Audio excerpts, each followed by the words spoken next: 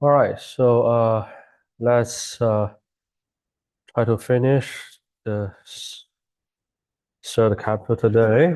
Okay. So since we can finish this today, so before the exam, we can finish all the necessary content. So my plan is next Tuesday, because we have the exam in deep night. So I don't want to teach anything more by that day. So that day is just purely a Q&A session. You are free to come, you are free to leave, okay? I won't check anything. So if you have any question, you come, you can ask me, talk to me. But if you don't have any question, you can save that time for review, for sleep, for whatever you want, okay? But come to the Thursday, okay? Come to the next Thursday, we come back to normal, okay? We will start to talk about options, which is much more interesting, okay?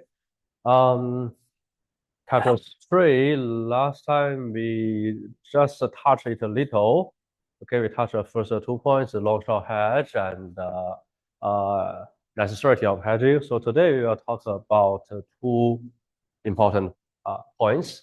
Okay, so the first is so-called basis risk.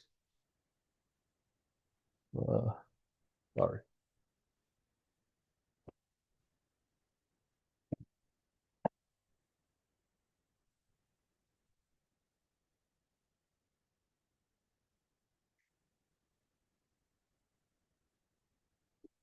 First, basis risk. Okay, this mainly happens with forward with a future contract.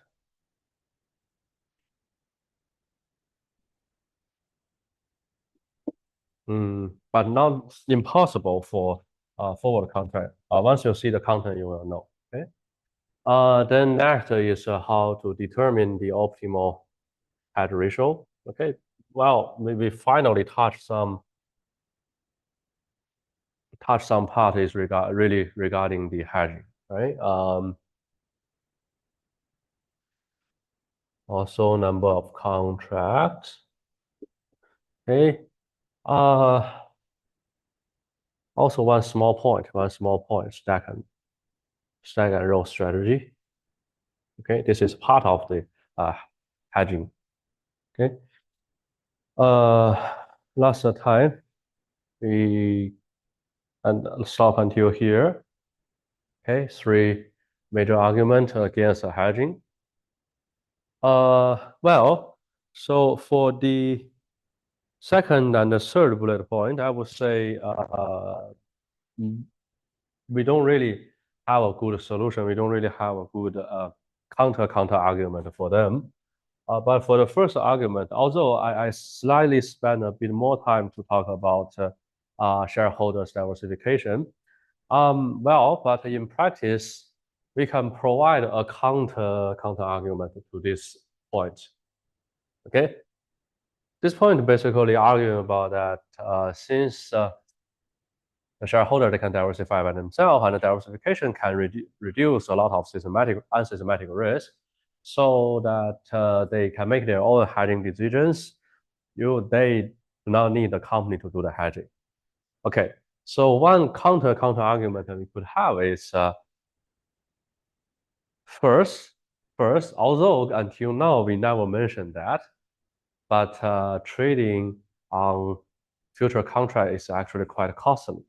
Okay, it's not like trading stocks. Okay, stock is so liquid, it's very widely used. So nowadays, those brokers they compete in the commission fees about the stock trading. So now, trading in stock is not uh, costly. Okay, trading fees.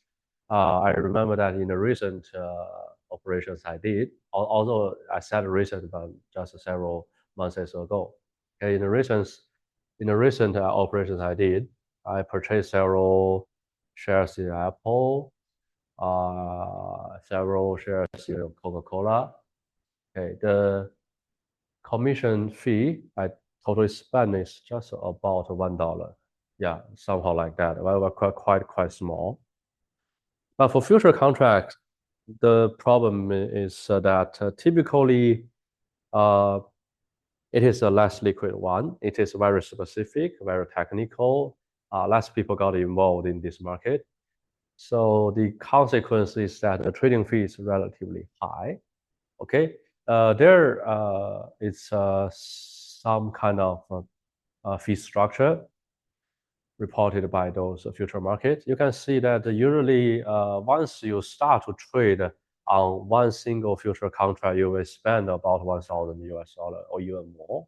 Okay, depending on the type of the contract. Okay, that's just a fixed fee for you start trading. Okay, we even did not consider about how much, how many contracts you trade. Okay, for each contract you trade, you also have some additional transaction fee for it. So the transaction fee for future contract is not as small as negligible. So then it turns to be a problem is that usually most individual, most shareholders, okay, in the US, well, now the modern corporate finance theory that they promote a very uh, diversified shareholder group, right? That means many of the investors, they are small shareholders. So for those shareholders, if they get into future contract and regularly update their holdings in future contract, that will be terribly costly considering about the fee structure. Okay, so in that case, making the hedging by themselves is not economically worthy. Okay, that's one counter argument. Okay, we can even develop this logic even more. Okay, that's how we work in the finance industry, right? We don't really demand you to know how to calculate very complicated numbers. Right? Those can be easily done by computer. And that's not your job. So we always require to have better logic. Nowadays, you should have much better logic than those than ChatGPT, right? So I can have a counter argument to this. Okay, so if you say for individual shareholders, they're hedging their involvement in future contract is too costly. How about I rely on mutual funds? How about I rely on those funds managers, those institutional investors to represent me to invest into future contract, right? Although I as a one small investor, I only have maybe several thousand US dollar. I'm too small to afford the trading fee in future contract. But for the mutual fund, right? I put some money in there. Also, many thousands of investors out there also put their money in the mutual fund. For the mutual fund, they should have enough money to manage hedging, right? They should have enough power, and those fees, very high fixed costs in future contract should be negligible for them. Okay, that's like a counter. Okay, but if you think further, I can even counter argument on it. Okay, so the further counter argument for this is if you rely on fund, right? The problem is typically those fund management have their own restrictions, right? For example, a mutual fund, they are not allowed to take leverage. That means what? It means if the mutual funds monitor their cash base, so all the cash flow they attracted is about 10 million. Okay, they can only use this 10 million to buy this and that stock, this and that bond. Okay, they cannot say, okay, because I have 10 million, so the bank should be willing to lend me 2 more million so that I can spend actually 12 million in the market. So I take some kind of leverage. Okay, this is not allowed for mutual fund, right? Because you are kind of not in that position. You should be responsible for the investors' wealth, right? You should not take too high leverage, too high risk. So that's a problem. And you can say, how about I go with a hedge fund? They are not restricted. They are allowed to take any leverage. They are allowed to take any derivative contract. And actually, hedge funds are very active traders in the future market, right? Okay. Then still thinking about the nature of the hedge fund. How can you in fact invest into hedge fund? you must be the accredited investor. That means what? It means your yearly income must be about about 1 million US dollar, right? So you are rich enough. So in that case, if you are already that rich, okay, you can definitely hedge by yourself. You are rich enough. Getting some future contract is not a problem to you. You are rich enough, so you don't even need to rely on hedge fund. Okay, but how many people could have that status, who have that accredited investor status? Well, quite a few, right? So in total, uh, although shareholders diversification sounds like a very fundamental attack to the necessity of hedging, but in practice, it's not it's not easy to be true for practice. Okay, so this was saying. Okay, next, basis risk. Okay, let's first have the definition. Okay, the definition is for basis is that a basis is the difference between spot price and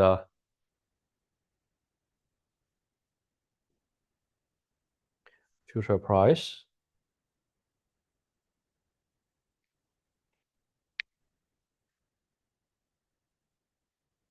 It is very widely discussed because we have some graph in the second capture about the convergence of future price and spot price, right?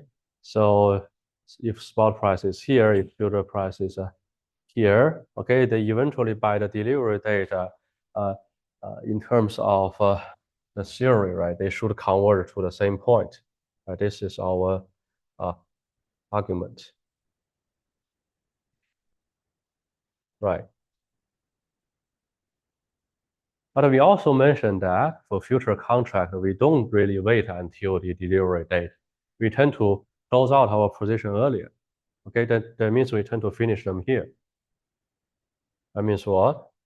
Means by here, maybe the spot price and future price, they do not converge to a close enough place.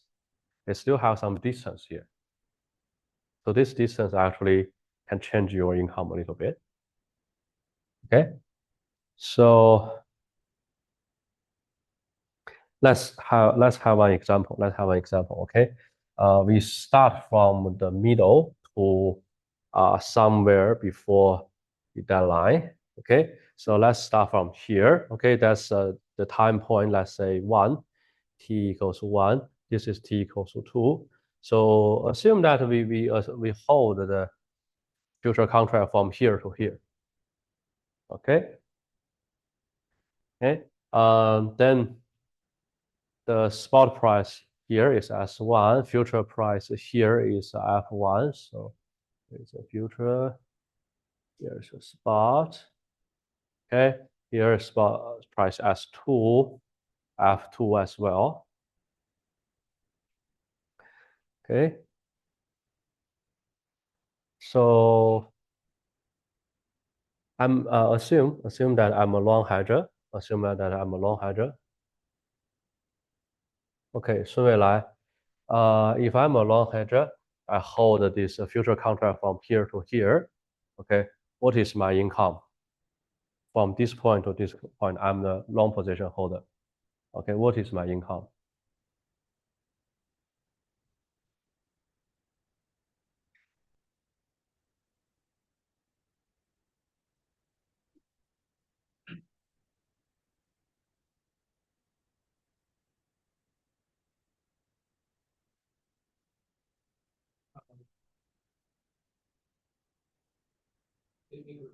Whatever you want. Whatever you want. You want to say Chinese stop also okay. So, what is your income by holding the future contract from time 1 to time 2? Yeah, you got some benefit or lose by holding the future contract, right?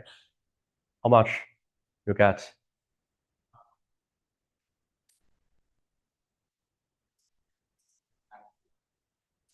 S2 minus F2? Maybe. Okay. So how much you would spend for purchasing the asset? Okay.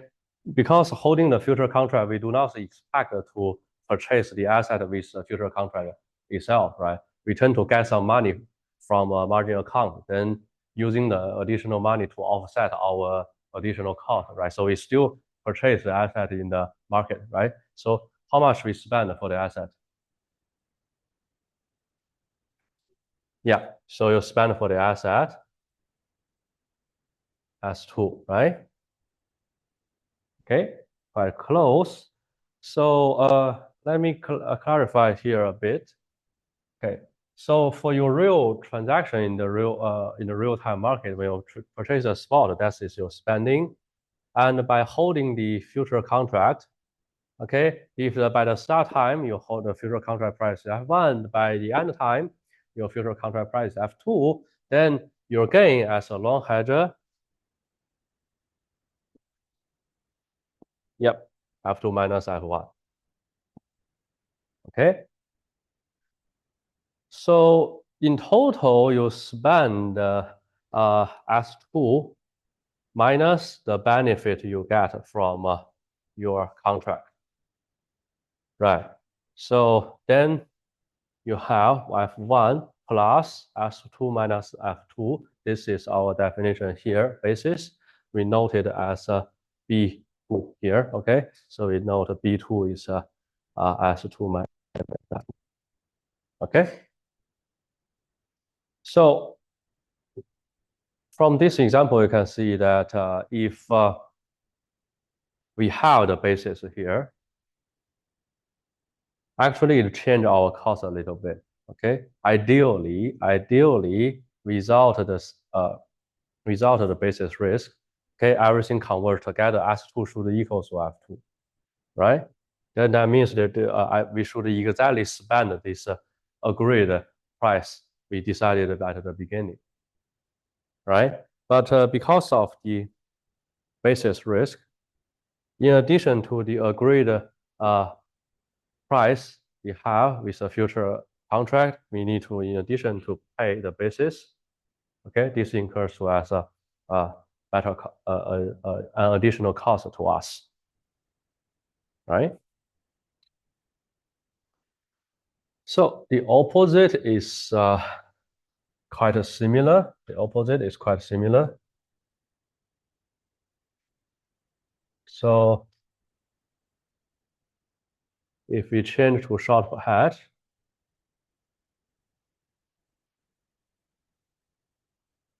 okay. So 换照想 what do we gain or lose by holding this future contract if we take the short position of this future contract? F1 minus F2, right?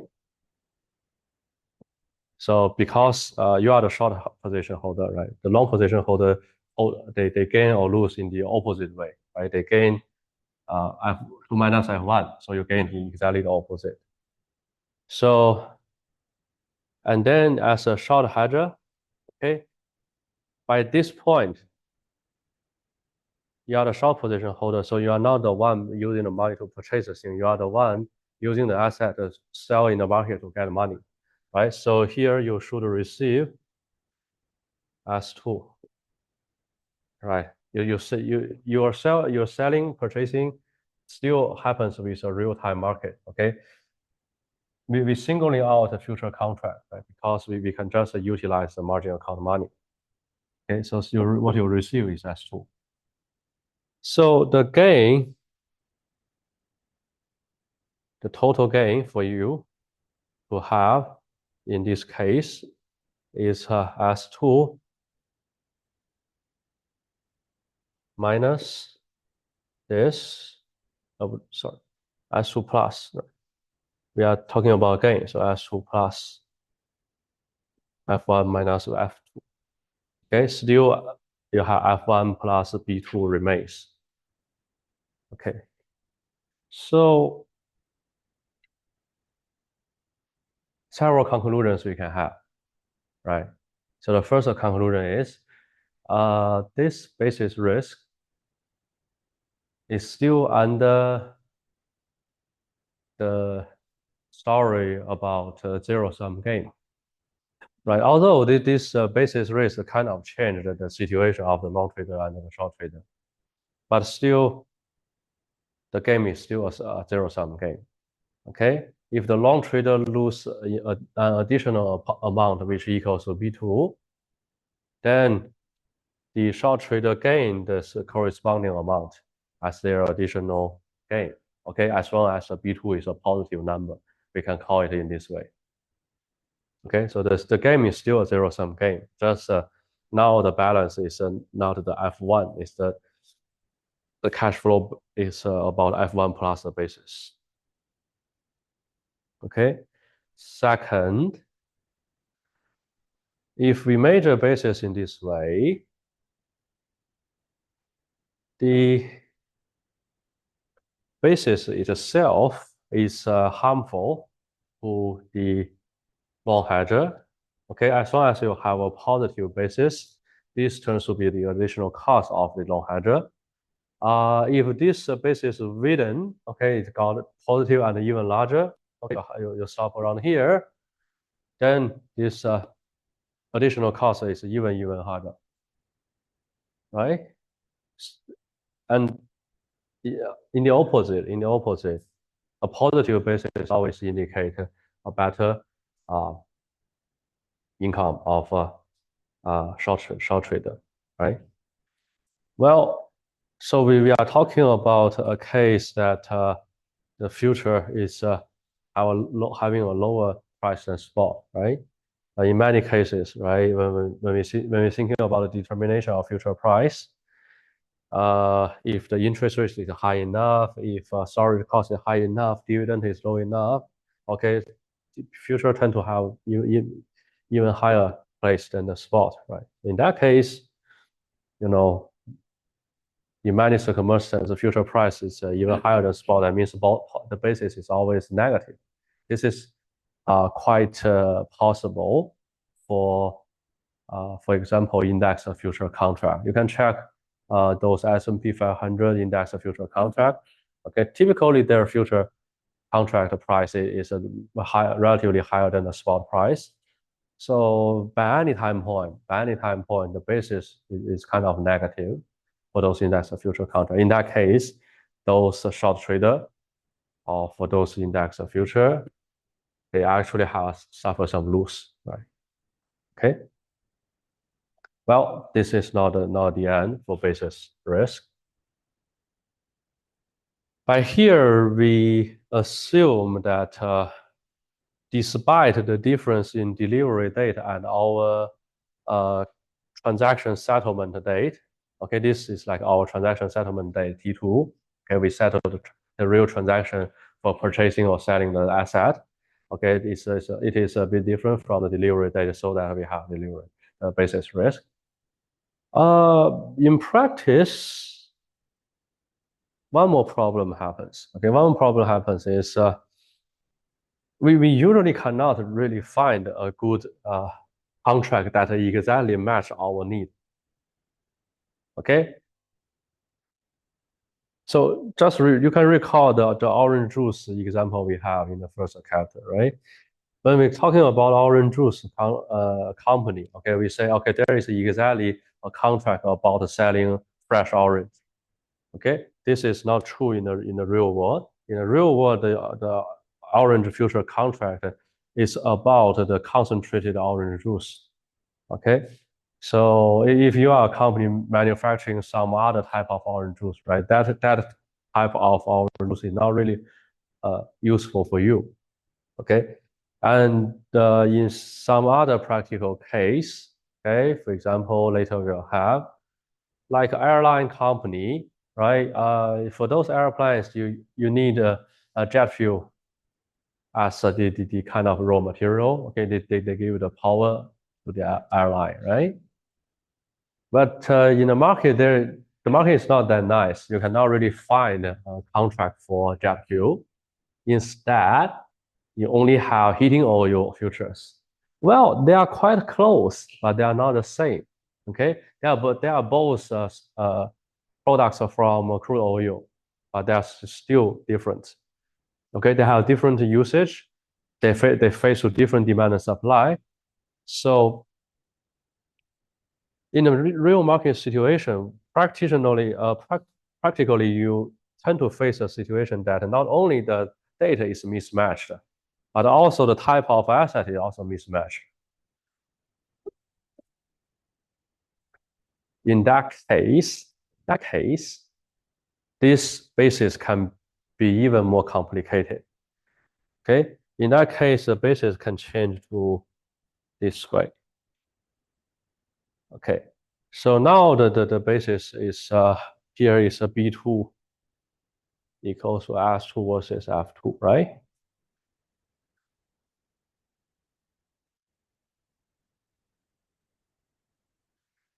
When you choose a different asset to hedge your your needs, okay, we can decompose the basis into some way like this.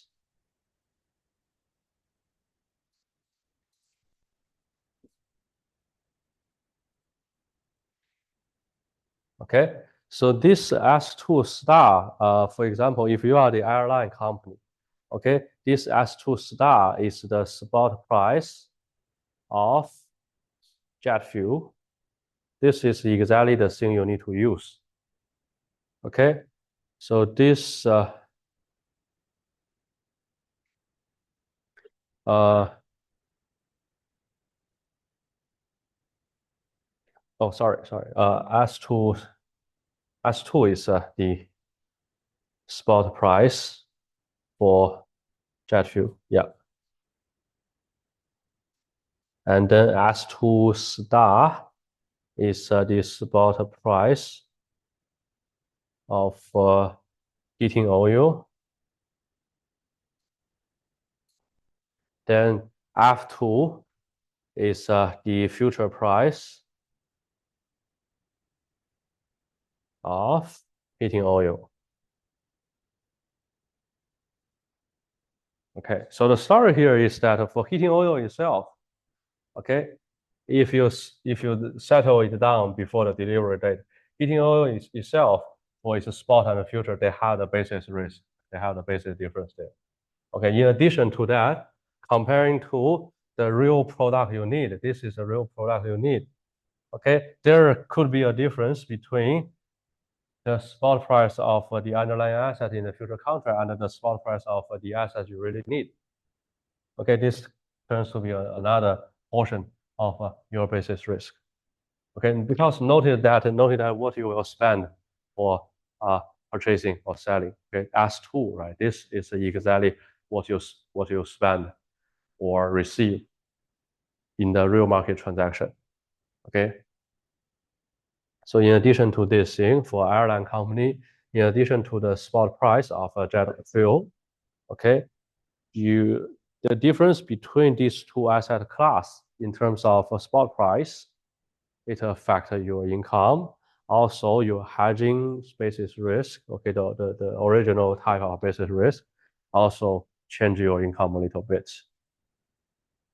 So once we have those specific conditions, okay, it leads to the next point we have. Okay, this is the next point. So the next point we have is when we choose a contract, okay, first, because of the existence of basis risk, as well as our a common preference on cash settlement before the delivery date, okay, actually the delivery month of the contracts we choose is actually well determined.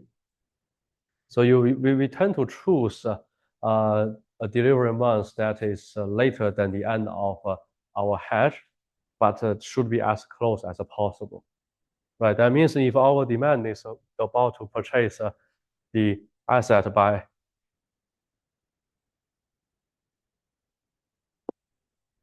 maybe March 2025, just now. Okay, if this is our timing for demand, then our future contract, right, should maybe at a best, okay, and at the end of March 2025, or maybe the delivery date is about April.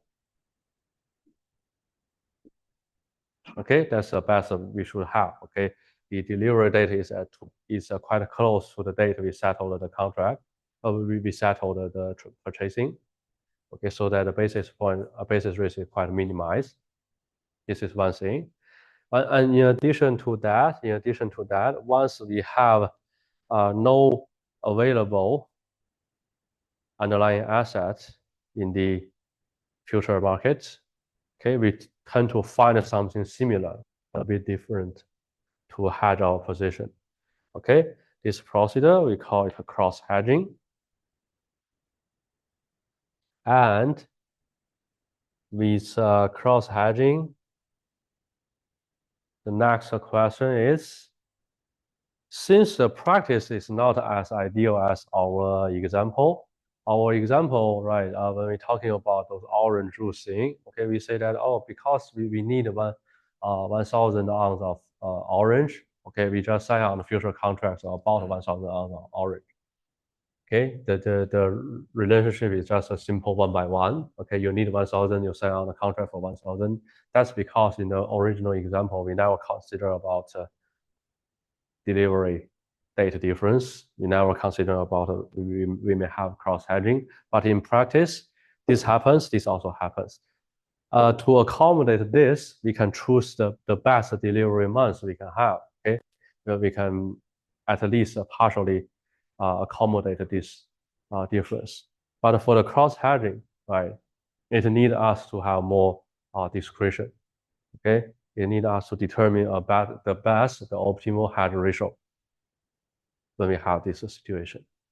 Okay, so when we're thinking about hedging, our status is that the nature of hedging is to defend uncertainty, is to prevent our revenue fluctuation from uncertainty, right? So hedging's perspective is about eliminating uncertainty. Then we should have some good measure for uncertainty so that the optimal hedge ratio should reflect the level of uncertainty we face to. Right. So we define the optimal hedge ratio like H star here. So H star has 3 points or 3 components: rho, sigma S, sigma F. Okay.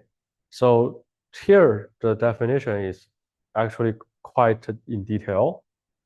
The sigma S, this is the change of spot price. This is from the change of the spot price from the start of your holding until the end of your holding. So you are talking about that this S2 minus F1, okay, according to the historical data. Okay, nowadays, with new AI tools, okay, you don't even need to check the data by themselves. Maybe after implementing the AI tools in the database, you can just simply ask them, hey AI, tell me that based on all the historical data, for an average 3 months holding period, the future contract for what, their change in price should have a standard deviation about how much, right? Maybe if you settle the AI tools very well, they will directly give you the number, right? So sigma F also, it comes from the delta F, okay, which lasts until the end of your holding period. So you are talking about that in this length of time window, the change can be noted as delta F, and in all those historical cases, how So we have many different delta F happens in the historical data, okay? And taking their standard deviation, we can have this as our reference, okay? So finally, the rho is also the correlation between delta S and delta F, okay? So the small point I want to mention here is we are not talking about a spot price standard deviation. We are talking about the change of the spot price standard deviation, also the change of the future price standard deviation. These two change standard deviation. Okay. I guess in the 10th week, when we're talking about some very detailed part of options, you can rethink about why we have this definition here, okay? Many of the content we have until the later chapter, you will see they have some correspondence, but now let's just take it as a secret, okay? So you have the optimal hedge ratio here based on the comparison between the spot price and the future price. So if the spot price is quite volatile, but the future price is relatively stable, okay? Sorry. So then that means your optimal hedge ratio should be relatively high, right? If spot is quite volatile, but your future price don't change too much. Okay, then to offset the high uncertainty, high volatility of the spot price, okay, your hedge ratio should be high. So implicitly, that means eventually the number of future contract you choose should be relatively higher. Okay, so rho here, right? Usually, even if we choose cross hedging, we should not choose those irrelevant stuff. Okay, we tend to try to persuade as high as possible rho. Okay, as close to one as possible. So with the optimal hedging ratio, okay, determined by the uncertainty. Okay, this is about according to uncertainty. There is a relationship between delta S and delta F. Okay. In addition to that, we have one modification, say like this, to determine the N star optimal number of contract we should choose. Okay. We can have H star multiply, QA and QF. Okay, QA is the total amount of assets we need to manage. Okay, maybe that's the amount we need to purchase. Maybe that's the amount we need to sell. Okay, this is the total amount. The QF is the size of one future contract. Okay, typically, for many future contracts, for example, gold, right? One future contracts, although they indicate a future price in their contract, they say our future price is maybe 1,800 US dollar per ounce. Okay, but they are just talking about 1 ounce gold price. Okay, usually if you check the description, the one future contract include about 1,000 ounce. That means now for the gold contract, okay, buy one piece of future gold future contract, you have the right to purchase 1,000 ounces of gold at that certain delivery date. Okay, for that case, the QF is 1,000. So let's take one example, very quick, very simple to see. Okay, so this airline company, if they need 2 million gallons jet fuel in 1 month, and they do the hedging. It's based on historical data, so all the numbers are as given.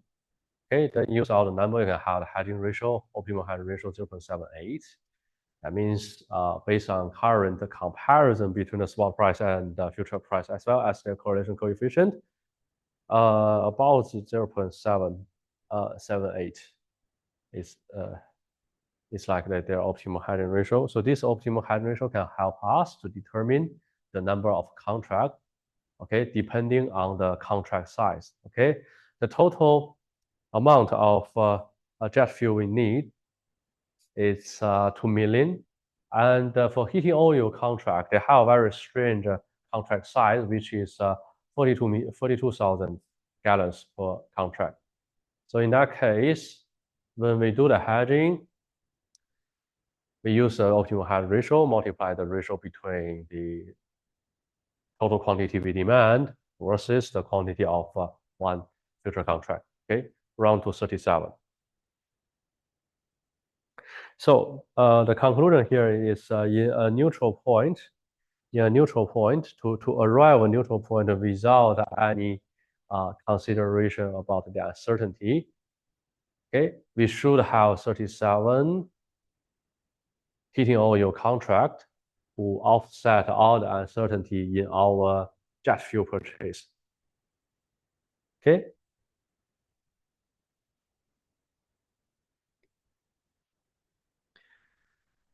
Well, this is still not the end of the story. This is still not the end because when we measure the total length here, we are assuming that from here to here, nothing strange will happen. Nothing difficult will happen. We will have no difficulty to hold this asset from here to here. We'll have no difficulty to hold the future contract through the holding period. Okay. But one additional problem is for those future contracts, you have the daily settlement process. Right? Daily settlement process means that your gain and loss will reflect in your margin account every day. So an additional concern is that the margin call is also one part of the uncertainty we should hedge against, right? So if the convergence is relatively stable, but by each day, within each day, the fluctuation is actually quite high, then after we purchase the future contract, every day we receive the phone call for margin call. Every day they ask me, hey, get more money into the margin account. Otherwise, we will liquidate your position. And that will be annoying. That will be quite demanding. It's not healthy for back cash balance management, right? So if we consider about the daily settlement process of a future contract, okay, we should have some modification to this part, okay, to make it match the demand of daily settlement process. So we change the formula a little bit, okay? Combine these two together, we will have like the N star is related to both the ratio here as well as the quantity difference here. Okay, but when it comes to the daily settlement process adjustment, okay, we still have something similar. We still have rho sigma S, sigma F, but we tend to use another notation. We added a hat to each parameter to note that they are actually different from what we have here. Okay, so here for sigma S, okay, this is the standard deviation of percentage daily change in spot. Okay, so they never measure the standard deviation of this part. They measure the standard deviation of 1 day, okay, and in the percentage notation, okay. So in the historical data, you can see something like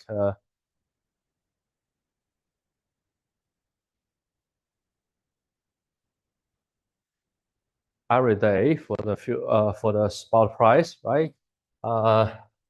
You can get their every day's daily return, right? Maybe the first day is 1%, the second day is negative 0.5, the third day is somehow 0.7, somehow like this, okay, and so on and so on. So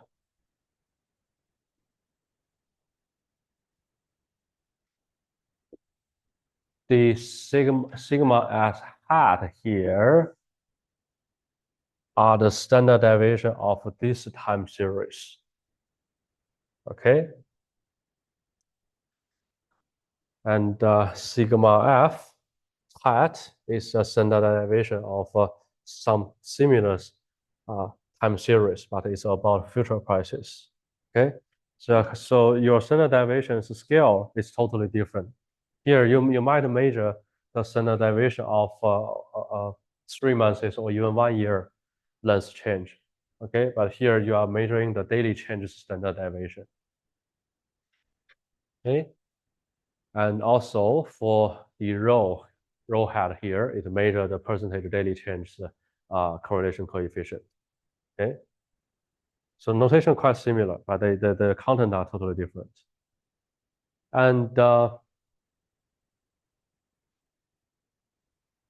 let it match the number of contract by the end.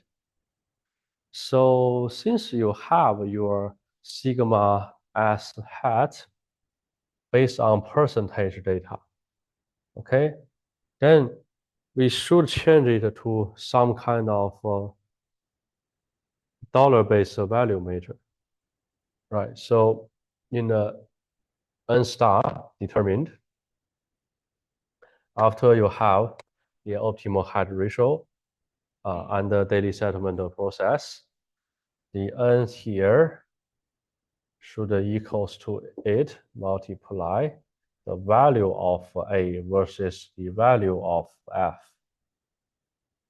Okay, so you can see that because of the definition in sigma S and sigma F, the final procedure to n star also change a little. Okay, here your sigma S is about this dollar amounts standard deviation. Okay, so once you have a dollar amount based ratio, you multiply it with the quantity difference, right? Here, the H hat here represents some percentage return difference ratio. Okay, then this is based on return, then you should use a return multiply with the original value so that you will get the same number of contract. Okay. So this VA here, specifically, it turns to be S multiply QA. It turns to be F multiply QF. Okay. So that's about optimal hedge ratio. Okay, one more small point. One more small point. We can almost end this part. One more small point. So as long as we mentioned the daily settlement process for future contract, the margin balance change also earn an interest rate. Right? We said that if the market runs in the way we expected, right, our margin account increase over time, okay, then the initial money we can redeem it out or just save it in the margin account to earn a risk-free rate that the broker offer us. Right. So this and we also discuss about that because of this interest rate, okay, it sometimes create a difference between forward price and the future price, right?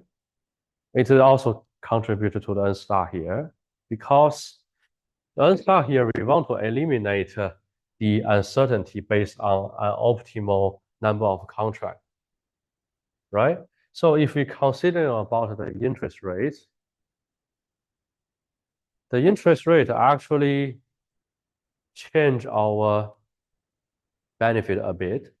Okay, it actually enlarge our benefit or lose a little bit, right? If we earn more with margin account, then the balance in the margin account give us like more interest. Okay, but if we lose that, then we need to borrow money to fill into the margin account. Then our borrowing interest rate also kind of enlarge our lose a little bit because of the time value of money. So if we don't consider about the interest rate, this N star might be too high because after we have this, if we really hold this number of contracts, okay, then we tend to overhead a little bit because the interest rate can enlarge our gain and lose in the margin account. So here we have a very small, very quick adjustment. We call it a tailing of hedge.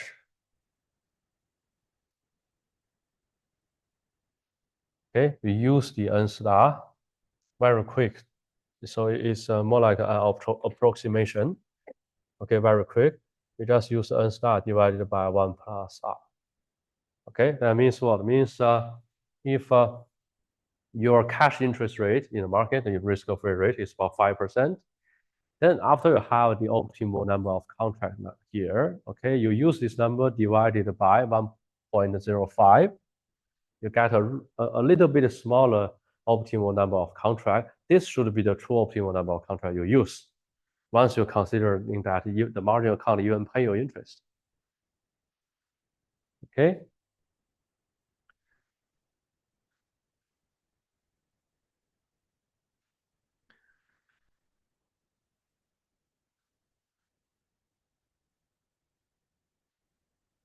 Okay, so before we move to the stack and roll, okay, we have the index future hedging. Okay, this one is actually quite handy, Okay, in your investment costs, okay, although this should not be an important issue, but your professor should told you that diversification sometimes in practice have some disadvantages, right? So you learn things like efficient frontier, right? You learn the things like diversification. Okay, so you diversified, and based on the efficient frontier theory, you define the optimal portion of money you should allocate to each asset. Then after several months, okay, the market situation changed, right?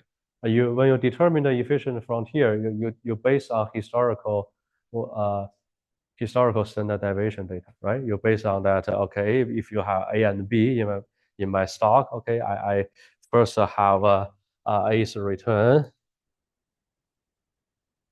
I first have A's return, then A's standard deviation, B's return, B's standard deviation.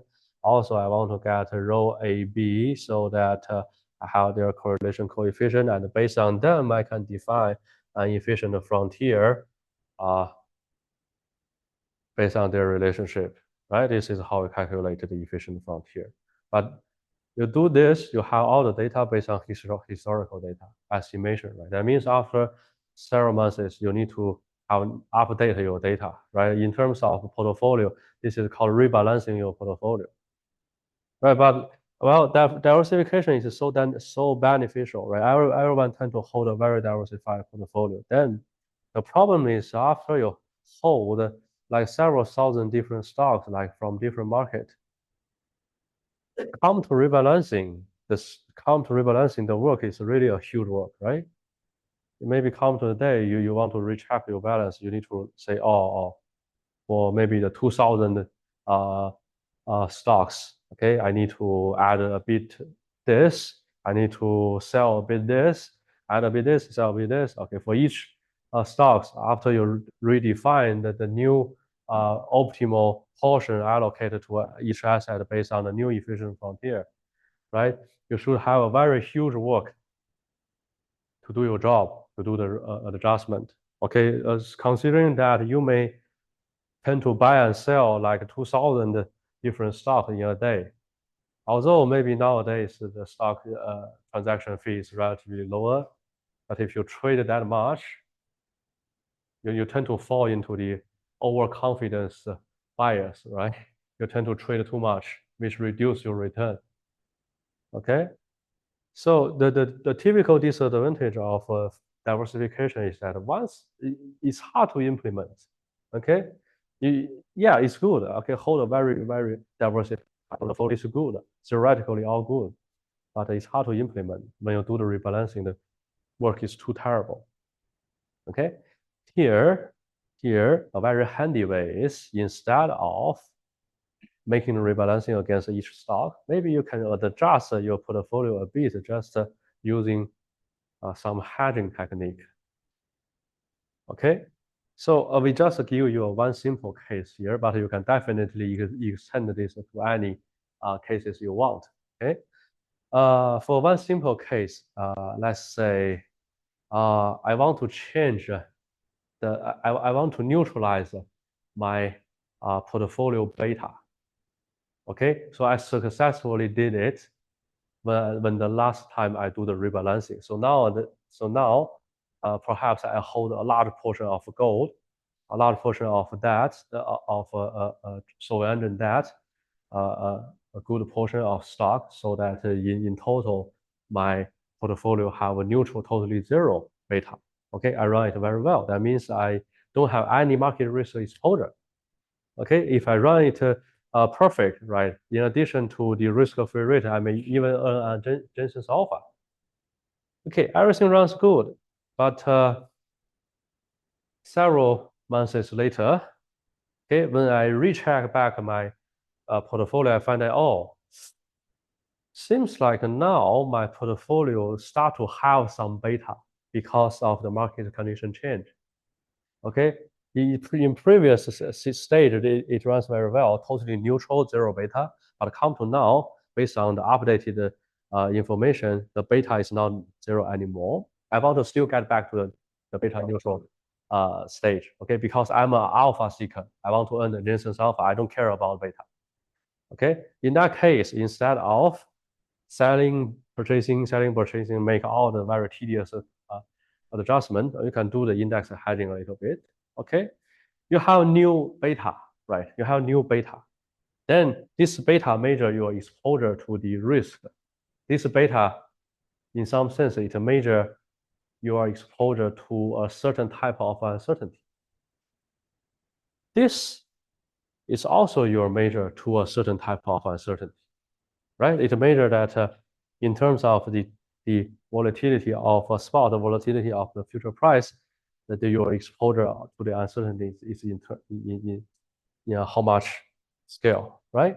So beta here, it also makes measure the uncertainty. So you can use the same definition here by replacing the H hat with beta, okay? So this is also one beneficial part for CAPM, okay? I mentioned CAPM this Tuesday for some purpose, not only about to talking about a relationship between F0 and EST, okay? Also about here, okay? CAPM is very handy. The beta measure can be used almost everywhere, okay? Here the beta can replace this H star, okay? So in index future hedging, you can define your optimal hedging optimal number of contract based on beta and the size of your portfolio versus the size of one index future contract. Okay. So in that case, one single example, if the index future is about 1,000 US dollar per unit, okay, per unit. The value of your portfolio is 5 million. Now your portfolio is 1.5. Then to hedge your portfolio, right? So you have beta here. You have 5 million here. Then future price 1,000. Multiply the size of the future contract. Typically for an index future contract, usually it includes 1,000 shares. So you also 1,000 here. This is the size. This is the price. Okay. Total is the value, right? Then you will get something like 7.5. Okay, that means purchase 7 or 5 contracts. Okay, you can neutralize your beta again. Okay, you can get back to an alpha seeker. Okay, and this modification can even be done in some more flexible way by change your portfolio value to change your portfolio beta to some value you want. Okay, so if currently your portfolio beta is 1.5 and you do not want to hedge it, you want to increase it to 2.0, what you should do, you just replace this beta to negative 0.5 so that you will get a number close to negative 2.5. That means what?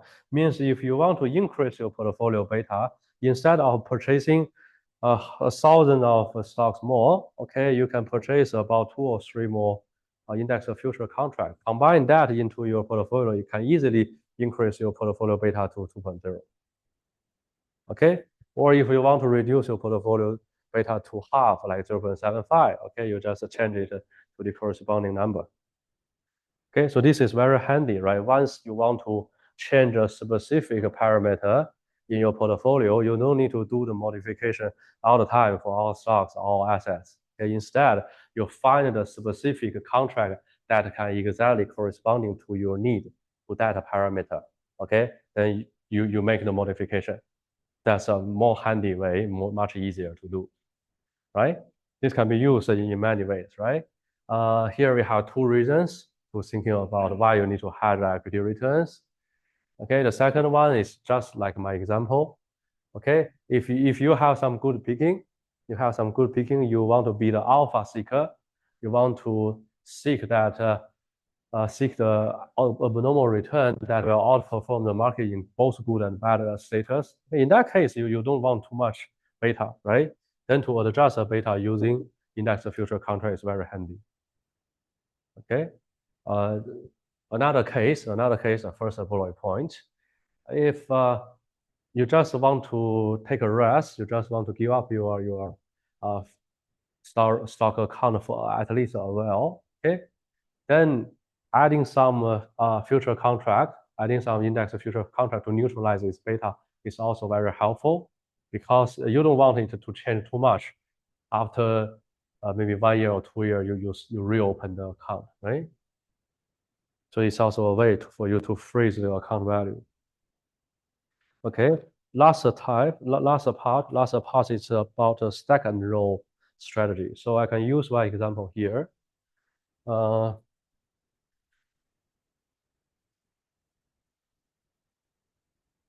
Okay, so this one is the one I use for homework in previous years.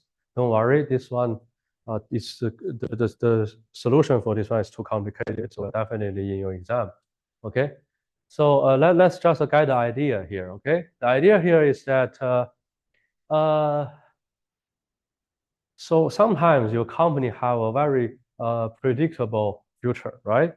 So your company maybe your company have a regularly demand in copper.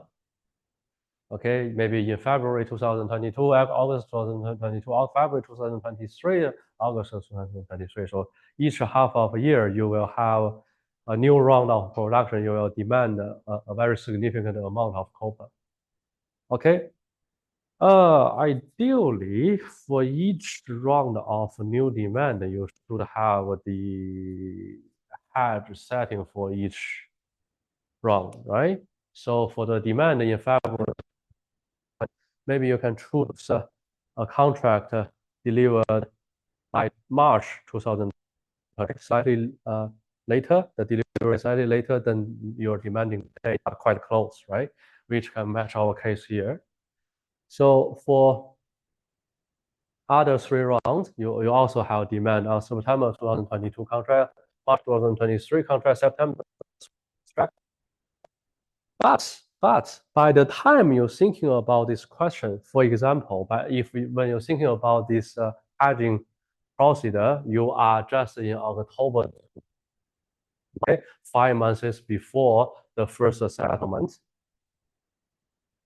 Your idea are good. Any foreseeable future transaction, you want to have a hedge strategy on it, no matter whether it's good or bad. But if you go to the market, the problem is that only those with shorter maturity are trading right now. This is understandable because also you had a specific demand, but other counterparties, they may not have that capacity to predict that long future.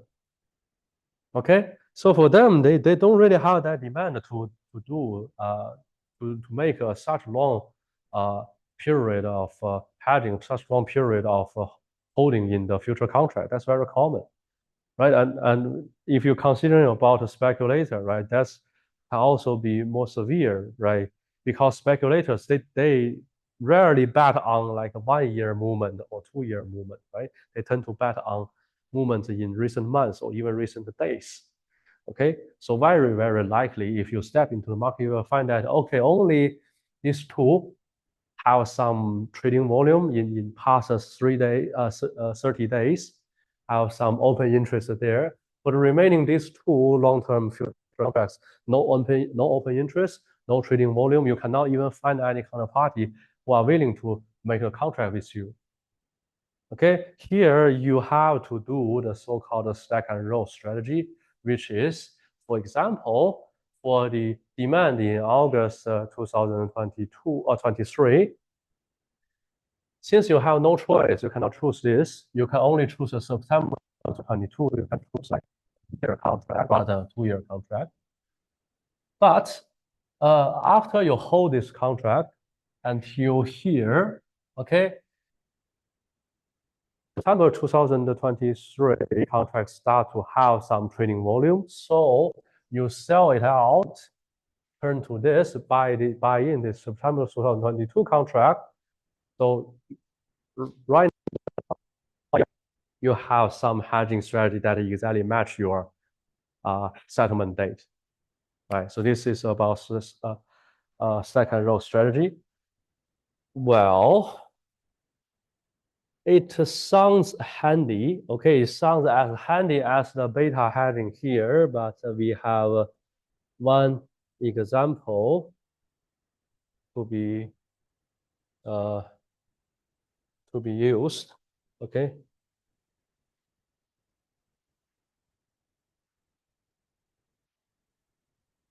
Okay, so we use this video as our end. So this talk about one very, very famous failure case in stack and roll strategy. Okay. So let's have this. Okay.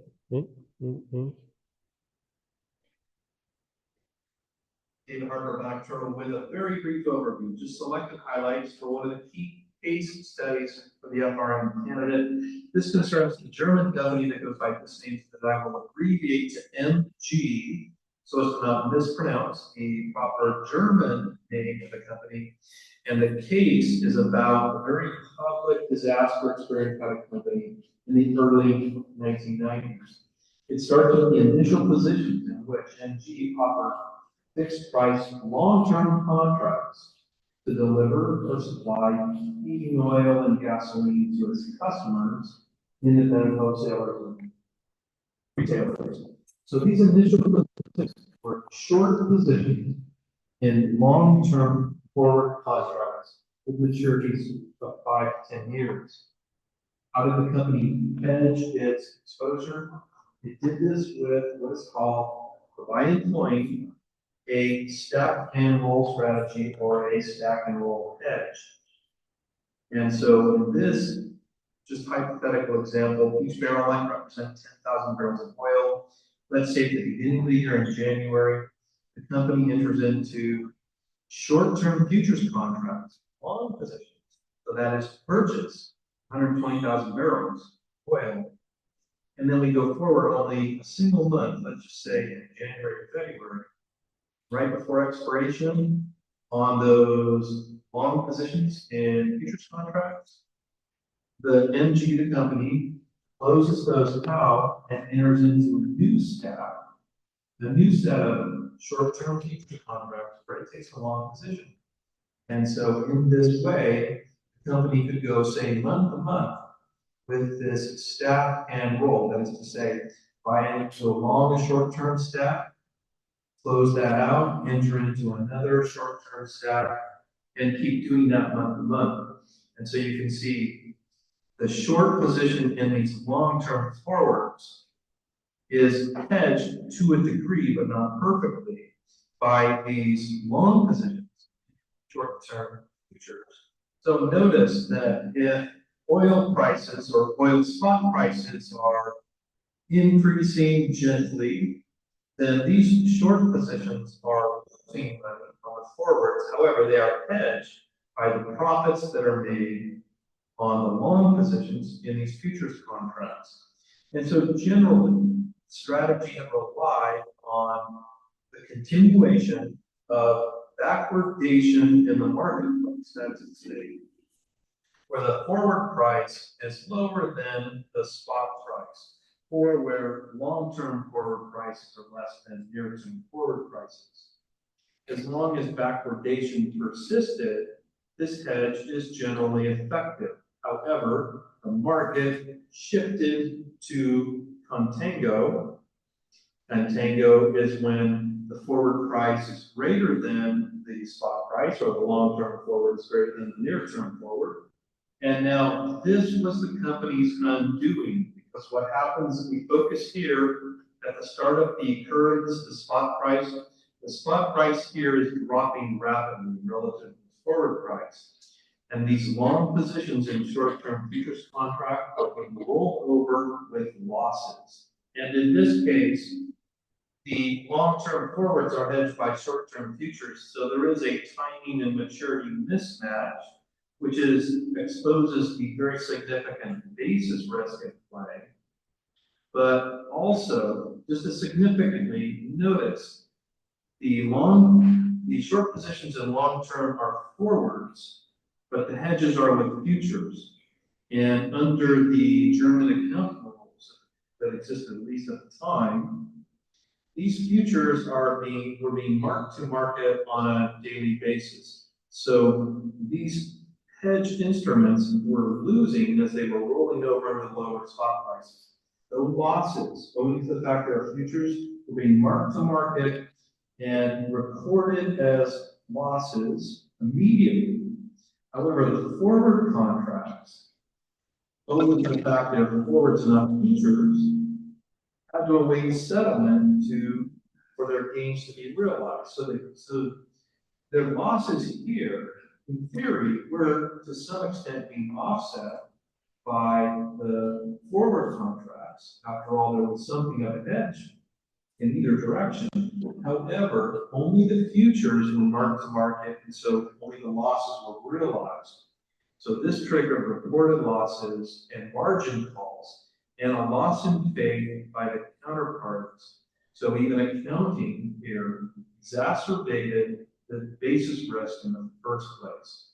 And so we have a number of minor risks here, but my vote for the big three would be, first of all, basis risk. As I've said before, basis risk always attaches to a hedged instrument on another underlying, simply because they aren't the same asset. And in this case, they're clearly different given the fact we have long-term chosen in the future. Significant basis risk for the strategy. Second, liquidity risk is obviously very significant given the fact that losses will be realized on the futures contract immediately, but the offsetting gains would have to await long-term settlement. And finally, operational risk refers to the fact that the accounting standard itself played a role in the problem. This is David Hart. Okay, so just a quick conclusion.